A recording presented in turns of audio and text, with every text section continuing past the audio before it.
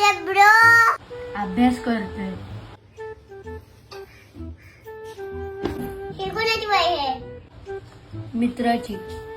Copy करतोय करावी लागते. का?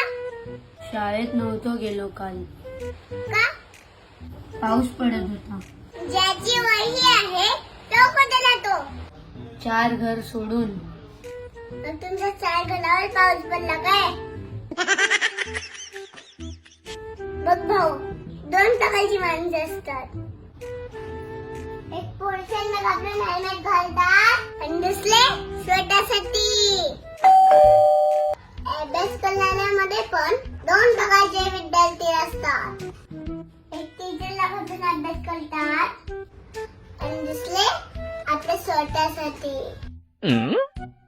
जे लोक स्वतःसाठी अभ्यास करतात ते एक दिवस हुशार बनतातच. पण जे लोक टीचरला घाबरून अभ्यास करतात ते लोक डब्बू असतात.